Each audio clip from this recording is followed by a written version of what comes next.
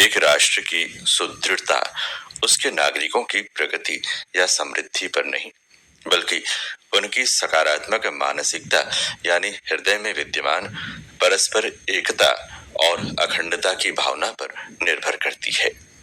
नेताजी सुभाष चंद्र बोस के अनुसार स्वतंत्र हो जाने पर यदि हम एक राष्ट्र के रूप में संगठित होना चाहते हैं, तो यथार्थ में कठोर परिश्रम करना होगा।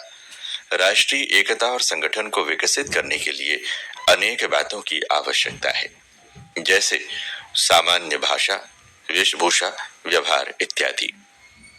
1942 में बंगाल विधानसभा के लिए निर्वाचन के बाद बाबा साहब ने भारत एक हो का अमर नारा दिया था। हमारे संविधान के प्रस्तावना में हम भारत के लोग संबोधन द्वारा राष्ट्रीय एकता और अखंडता की स्थापना की गई है। प्रथम भाग के प्रथम अनुच्छेद में भारत को राज्यों का संघ कहा गया है।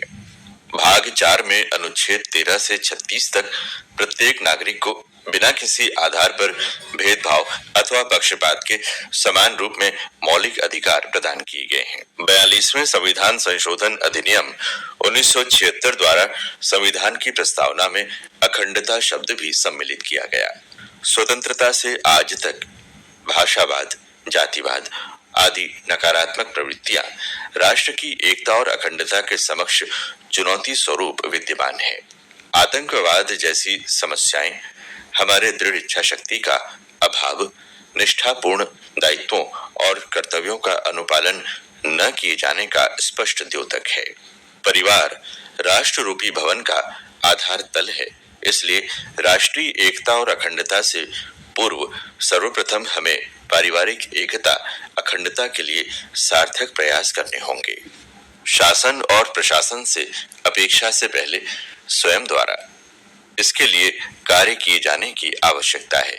हमें प्रतिक्षण दिग्भ्रमित और विभाजित करने वाले राष्ट्र विरोधी तत्वों से सावधान रहना होगा, तभी हम एक अखंड राष्ट्र का निर्माण कर सकेंगे।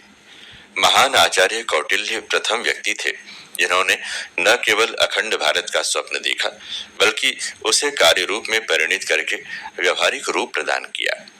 जिस अद्भुत एकता का परिचय देशवासियों ने स्वतंत्रता आंदोलन में सम्मिलित होकर दिया, उसी एकता की हमें आज भी आवश्यकता है।